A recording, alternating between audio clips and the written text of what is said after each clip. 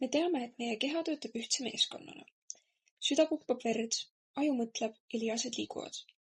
Aga kes annab neid käsklusi?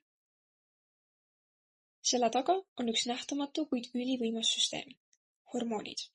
Täna uurimegi lähemalt meie sisenäärmeid, ajuripatsit, käbikeha, kilpnääret, kõrvalkilpnäärmeid, kõhunääret, neerupealisi ja sugunäärmeid ning nendes paiknevate hormoonide tööd. Ajuripats ehk hüpofüüs on justkui kõigi teiste sisenäärmete juht. See asub aju allosas ja toodab hormoone, mis juhivad kasvu, ainevahetust ja paljunemist.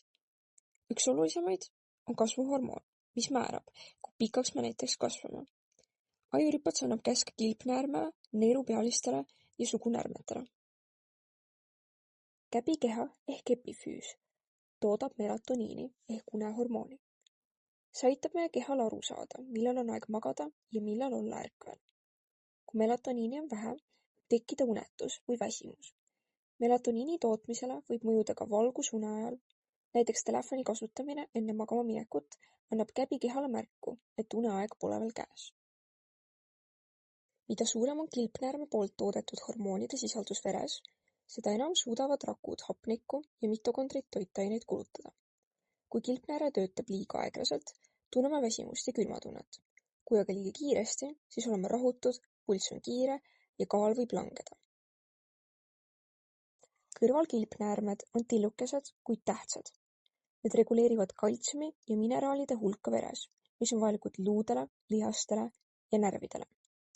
Kui kaltsiumi on liiga vähe või liiga palju, võib see mõjutada lihaste kokkutõmbeid ja kogu närvisüsteemi talitlust.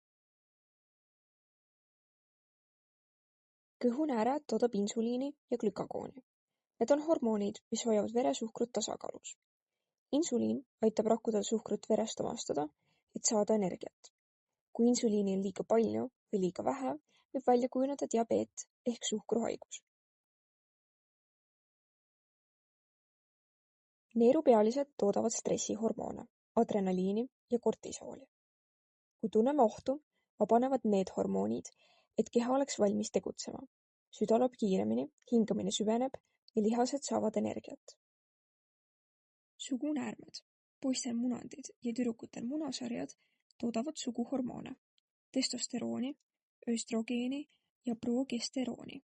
Need määravad, kuidas me füüsiliselt ja emotsionaalselt areneme, eriti puberteedi eas. Hormoonid hoiavad meie keha tasakaalus ja töökorras. Kui üks neist tasakaalust väljas on, võib kannatada kogu keha humoraalne regulatsioon.